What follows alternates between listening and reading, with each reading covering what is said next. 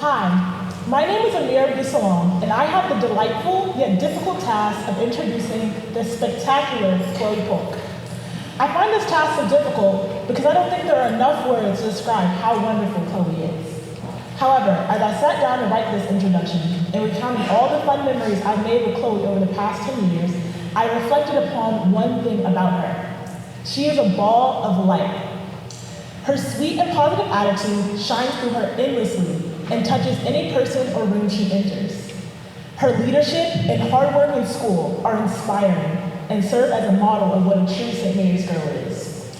I won't hold you all much longer, as I'm sure you're ready to hear the great things she has to say. So I present to you Chloe Elena Polk.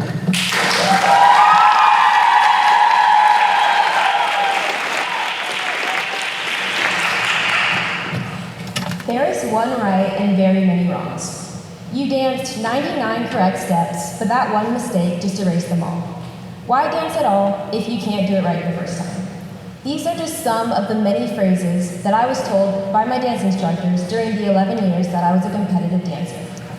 At my studio, perfection was everything, and there was absolutely no room for failure. Even the smallest mistake could cost you your spot on the routine. Week after week, I would spend countless hours in dance classes perfecting my techniques, sometimes spending up to 8 hours on the weekends practicing routines for competitions, because to me, success meant being the best. At the studio, I was often praised by my family members and dance instructors for dancing at a higher level than my peers, often performing with girls older than I. I was also nicknamed a first-place dancer by my instructor because of the many wins that I had racked up from my solo performances. While these high praises may seem like I was very successful on the outside, in reality, these accomplishments had only put more pressure on me to be perfect. Because after all, in the words of Abby Lee Miller of Dance Moms, second place is the first to lose. This mindset I had for a very long time became my entire world. A few years later, my love for dance quickly diminished, and I decided that 2021 would be my last year dancing. But even though I quit, the need to be perfect was still ingrained in the back of my mind. I often got jealous or frustrated when people were naturally better at something than I was. I even sometimes refrained from asking questions in class because I believed that to be successful in school meant that I should be able to do something right the first time with no mistakes. This mindset continued to follow me throughout middle school, up until high school, when I finally had my eureka moment. Let me set the scene. Sophomore year, Honors Accelerated Chem. Unit 1 test scores had been posted. Not to my surprise, my score was not at all perfect. One might even say it was lackluster.